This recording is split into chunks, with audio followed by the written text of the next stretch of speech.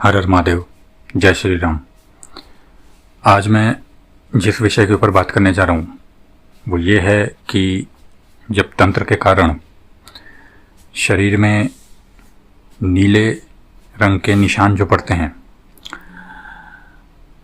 तो वो किस कारण से पड़ते हैं, उनका क्या संबंध होता है, ये कौन सा तंत्र होता है, क्या ये षटकर्मों में से कोई होता है, किस प्रकार की विद्या होती है और इसको जो है इसकी गंभीरता को कितने स्तर पे लेना चाहिए। तो वीडियो ज़्यादा लंबी ना हो जाए इसलिए मैं काम की बातें जो हैं वो इस वीडियो में रखूँगा ताकि समय जो है व्यर्थ ना हो, क्योंकि इसके ऊपर काफ़ी विस्तृत तरीके से बात करी जा सकती है, परंतु जितना सामान्य स्तर पे आप लोगों को समझाया जा सकता है उसके लिए मैं वीडियो बना रहा हूँ। देखिए, कई बार क्या होता है कि हमारे शरीर के एक अंग में हो सकता है या विभिन्न अंगों में हो सकता है, नीले रंग के निशान पड़ते हैं, धब्बे पड़ जाते हैं,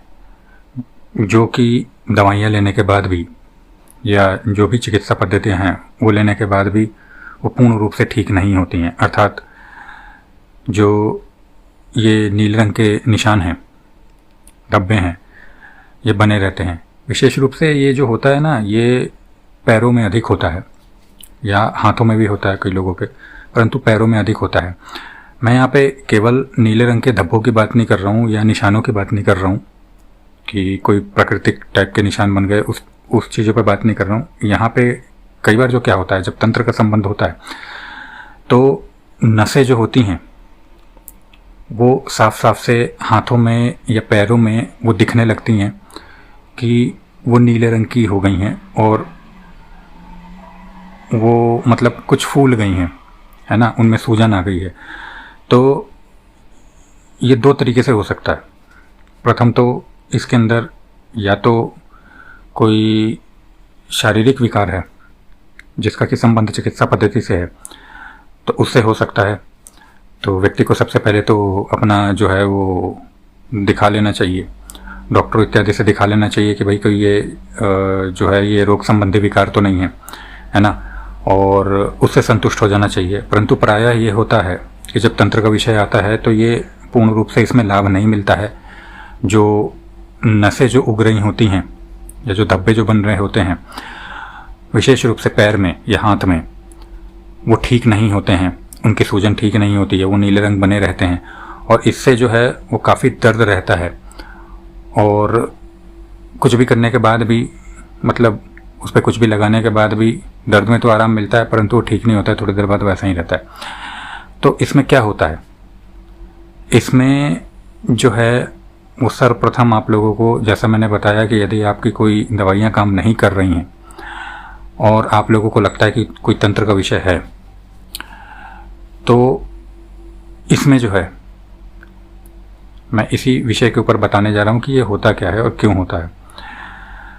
या ये कोई षटकर्म है, षटकर्मों में से कोई नहीं होता है, मारण नहीं, कोई भी षटकर्म नहीं होता है, क्योंकि षटकर्मों में इस प्रकार की ऊर्जाओं का निर्माण नहीं किया जाता है, ना ही होता है। ये जो है ये अलग तरीके की विद्या होती है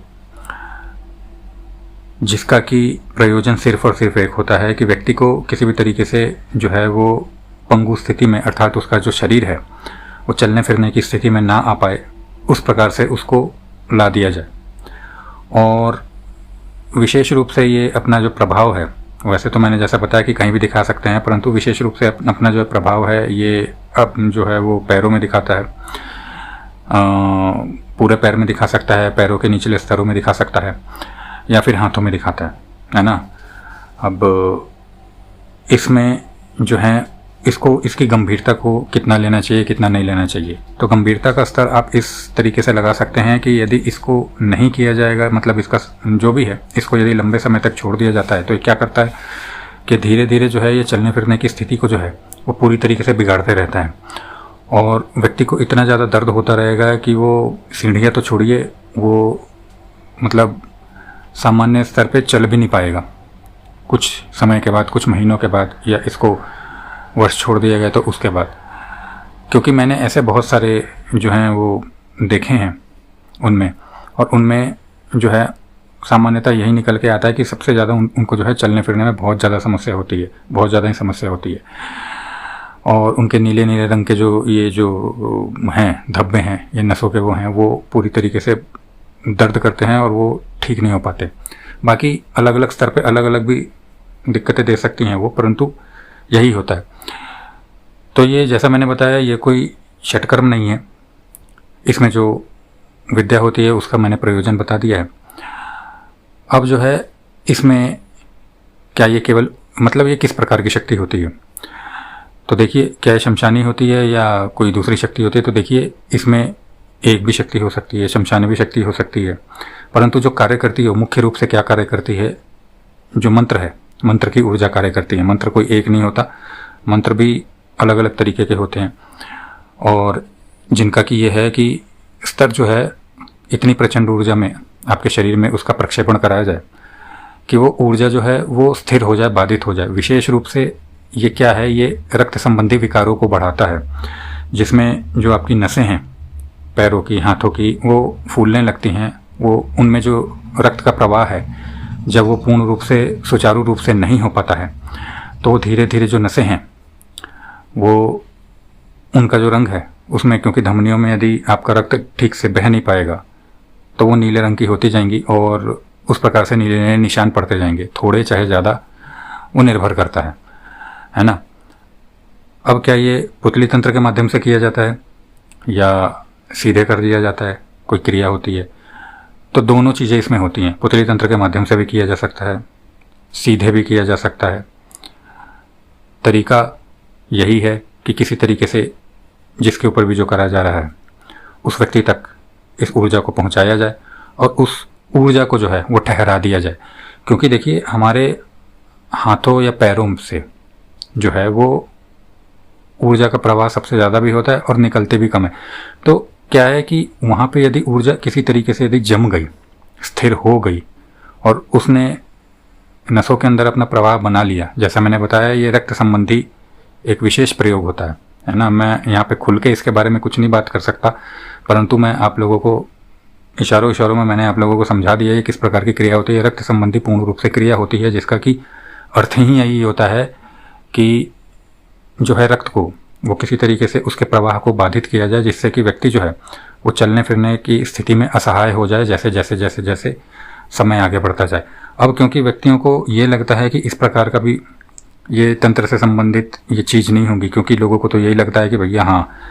जब तक किसी के शरीर पे कोई भूत प्रेत खेलने ना लगे, है ना, बाल खोल के नाचने ना लगे, तब तक कोई जो है वो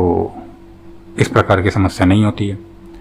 तो बहुत तरीके के अलग अलग विभिन्न विधियाँ होती है। ये मैं बता क्यों रहा हूँ, क्योंकि जागरूकता होनी चाहिए। और मैं कोई अंधविश्वास में नहीं जीता हूँ। मैंने आप लोगों को पहले ही बता दिया कि ये दोनों तरीके से हो सकता है, शारीरिक विकारों के कारण भी हो सकता है, परंतु दोनों में जो है वो चीज़ सामान्य ही रहेगी। जब आपका रक्त का प्रवाह पूर्ण रूप से सुचारू रूप से नहीं बहेगा, तभी इस प्रकार की चीज़ें जो हैं वो आती हैं सामने, चाहे वो आपका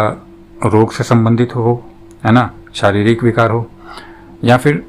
तंत्र से संबंधित हो। जब आपका रक्त पूर्ण रूप से प्रवाहित नहीं होगा तभी इस प्रकार की चीज़ें होंगी। और तंत्र के माध्यम से यही किया जाता है। रोग के माध्यम से तो आपको आपके डॉक्टर या चिकित्सक ठीक कर देंगे दवाइयाँ देकर, परंतु दवाइयाँ देने के बाद भी यदि नहीं हो रहा है तो ये तंत्र है। और तंत्र में इस प्रकार से चीज़ें किया जाता है। और इसकी गंभीरता को आप इस प्रकार से लीजिए कि यदि इसको ठीक तरीके से ठीक समय पे यदि नहीं इसको वो किया गया तो ये एक तरीके की स्थिति है ना, ये आपको बिस्तर पकड़ा देगा। और फिर कुछ मतलब एक उस समय के बाद में इसको हटाना भी बहुत ज़्यादा हो जाएगा, क्योंकि इतनी ज़्यादा ऊर्जा, सघन ऊर्जा जो है वो आपके शरीर के उन अंगों में जम जाएगी। तो अंत में इसको हटाने का माध्यम क्या है? देखिए सबसे पहले तो इसमें प्रचंड ऊर्जा का ही प्रक्षेपण होता है, और एक बार में नहीं होता है, बार बार में होता है कि इतनी ऊर्जा जमा दी जाए। तो सबसे पहले तो इसमें ऊर्जाओं को ही हटाया जाता है, उसके बाद में उसके संबंधित शक्ति को हटाया जाएगा। जब ये दोनों पूर्ण रूप से हट जाती हैं तो उसके बाद धीरे धीरे जो है वहाँ पे जब स्थिति सामान्य होने लगती है और जब रक्त का प्रवाह सुचारू रूप से अपने आप जब होने लगता है तो आप लोगों को वहाँ पे जो है वो स्थिति में सुधार दिखता है। तो ये मैंने ज्ञान के जो है संदर्भ से ये वीडियो बनाई थी जिससे आप लोगों को पता चले कि यदि इस प्रकार की समस्या है तो इस प्रकार की समस्या में कभी भी देरी नहीं करनी चाहिए। तुरंत सबसे पहले अपने डॉक्टर को दिखाना चाहिए और उपचार के बाद भी यदि कुछ नहीं हो रहा है तो दूसरे तरीके से इसको सोच के स्थिति को वो करना चाहिए। ये नहीं सोचना चाहिए कि हाँ भाई ये है, ठीक हो जाएगा और वो हो जाएगा, क्योंकि आप दूसरे तरीके के तंत्र तो हटा लोगे क्योंकि उसमें आपको फटाफट कष्ट होगा तो आपको पता चलेगा, परंतु ये यदि समय के साथ जम गया तो बहुत समस्या आती है बहुत हटाने में, क्योंकि इतनी ऊर्जा को बहुत शीघ्र कोई भी नहीं हटा पाएगा, है ना। इसी के साथ में हर हर महादेव, जय श्री राम।